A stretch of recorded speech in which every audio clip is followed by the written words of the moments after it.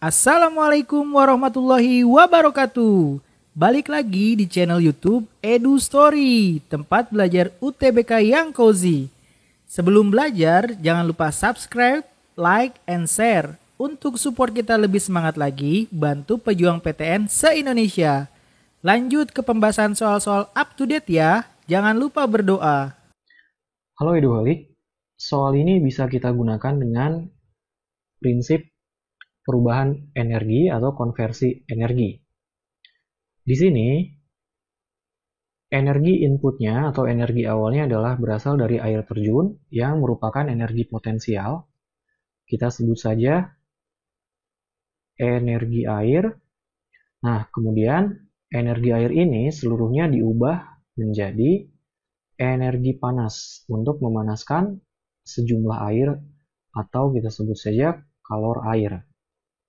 Sekarang kita jabarkan energi airnya energi potensial M kali G dikali H sama dengan Q-nya adalah M kali C kali delta T.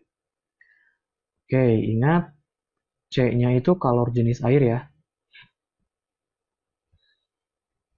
Dimana kalor jenis air ini nilainya setara dengan 4200 Joule per kilogram derajat Celcius. Yang ditanya di soal ini adalah kenaikan suhu airnya berapa atau delta T-nya. Ini masanya bisa kita coret, tinggal grafikasi kali H-nya. Nah, kenapa masanya kita coret? Karena 1,5 juta liter air itu setara dengan 1.500 meter kubik air. Jadi bisa kita buang. Oke, sekarang tersisa G kali H sama dengan C kali delta T. Kita masukkan G-nya 9,8, tingginya 12 sama dengan 4.200 kali delta T.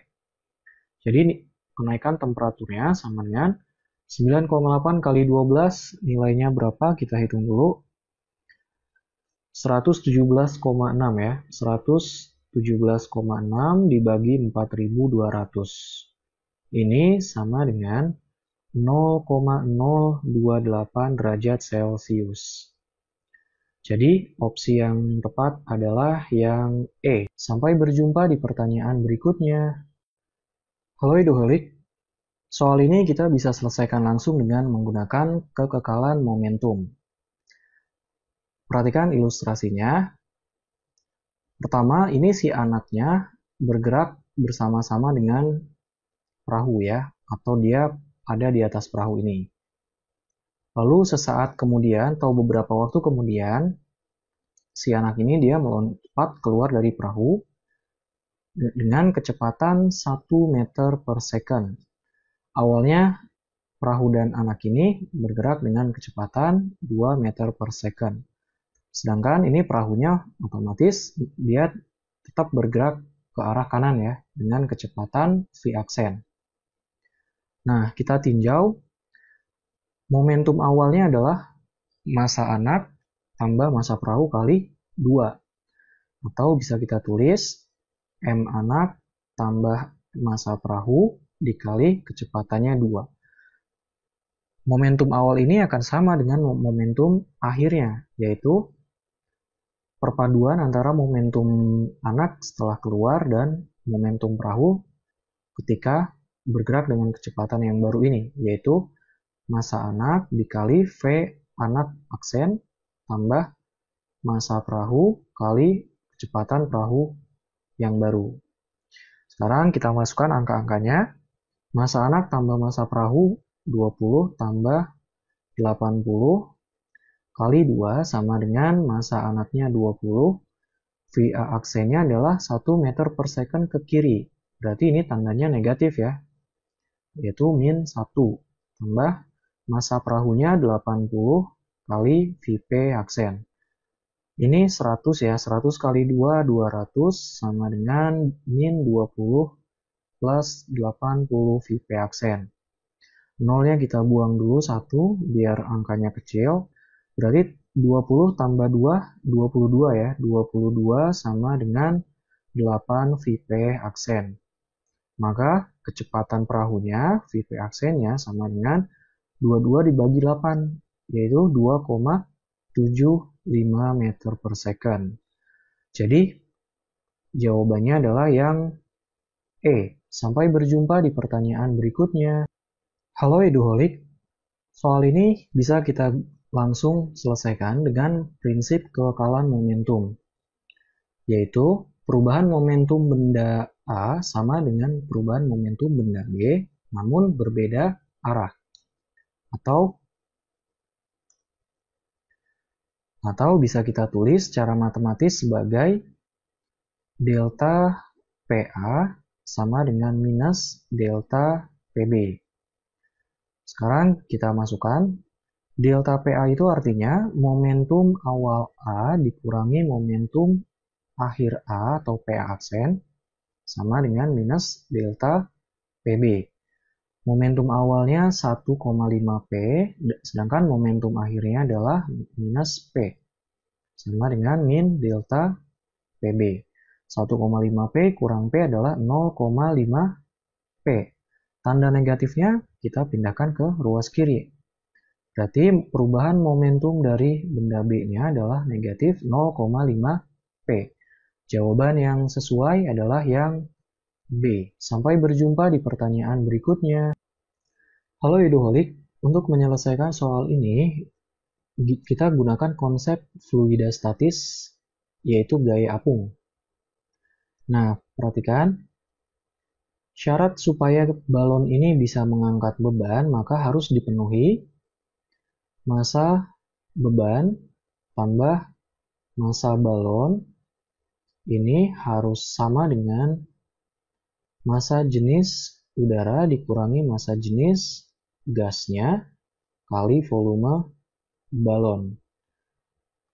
Oke, sekarang kita masukkan angka-angkanya. Yang ditanya berapa massa bebannya, berarti MB-nya ya, kita sebut X. X ditambah massa balonnya 200 sama dengan massa jenis udara 1,2, massa jenis gas yang dipakai 0,09 kali volume balon. X ditambah 200 sama dengan, ini hasilnya 0,0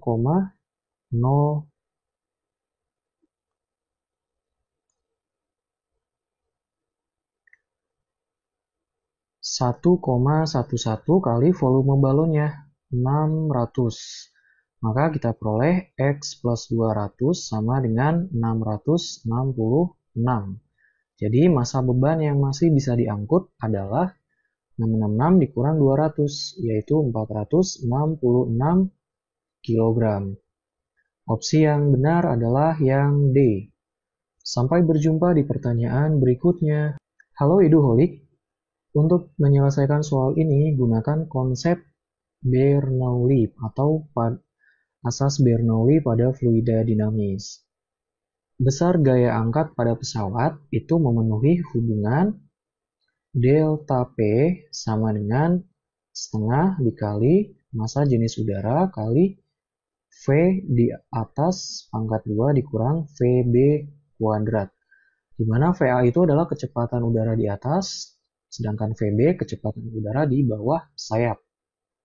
Delta P ini kita sebut sebagai tekanan atau gaya angkat persatuan luas pada sayap pesawat.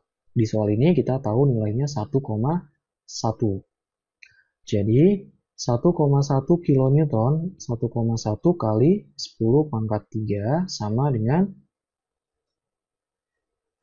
1/2 dikali 1,1 dikali dengan VA kuadrat dikurangi VB-nya 100 atau 10 pangkat 4.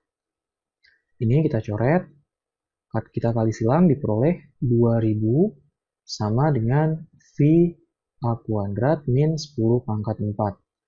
Ini pindah ruas diperoleh 12.000 sama dengan VA pangkat 2. Jadi VA-nya sama dengan akar dari 12.000. Akar dari 12.000 ini sama dengan 400 kali 30 atau 20 akar 30 meter per second. Maka opsi yang benar adalah yang A. Sampai berjumpa pada pertanyaan berikutnya. Terima kasih sudah nonton full video ini. Tulis saran dan request soal yang kalian ingin bahas di kolom komentar. Salam Eduholik, salam pejuang PTN.